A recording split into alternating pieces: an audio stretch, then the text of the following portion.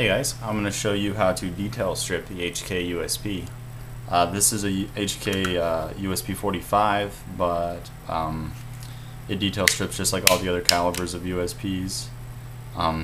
Once you know how to do this, you can basically field strip all the other HKs that have come out since the 90s. The P2000, P30, HK 45. It's all basically the same as this.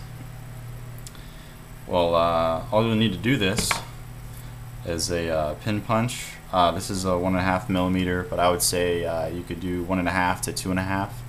3 is just a little bit too big, and 1's too small. So you one of these and a pair of tweezers. This is kind of optional because it's just for mainly guys that have big fingers and to get down into smaller parts. So word of warning, guys, this will void your warranty with HK. So if you do this, you just kind of got to realize that nothing will be covered by HK if something happens to your gun. But this is, this is kind of important to do every now and then. When I got this gun, it was extremely dirty. This is a 95, and it looked like it had not been cleaned since 95. So there's no way I'm going to send it back to HK and have them clean it for. I'm not sure what they charge, but I'm sure it's substantial when you can just do it yourself. But okay, to start off, all you got to do is you push down on the lanyard loop in the back here. You push down on it about as much as you can, and you take your punch and you just push out the lanyard loop retaining pin here in the back, and then just slowly release lanyard loop that's under spring pressure, and you just take this off. And your loop kind of acts like the mainspring housing, like on a 1911. And the mainspring, just take that out. And next up, you want to take out. This is the sear axle right here. You want to push that out, but make sure you hold that down so the detent plate here doesn't go flying off. So you just push down on that, and there goes the detent plate. And you just continue pushing that out here until this is the sear axle, until that comes out. And now we'll take out the disconnector here, the sear actuator latch, and what came out with it here. This is the catch, and these two kind of go together. They fit together whenever you reassemble it. And then here is the sear, and that's most of the trigger control or hammer control.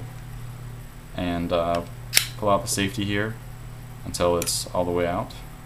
Won't go out anymore. And now you need to push your pin punch here down the side of the ejector.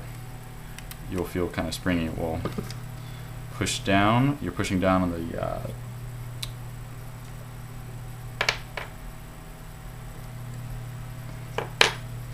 you go. Yeah. This is the detent spring, and that's what puts most of the spring pressure on the safety. And once we got that taken out, we can just push out the hammer axle.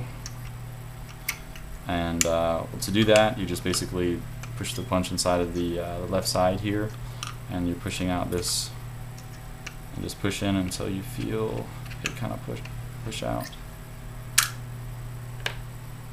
Pull that out. Now the hammer will come straight out. And this is the trigger bar. Pull the trigger just slightly. Lift this up and then pull that out there.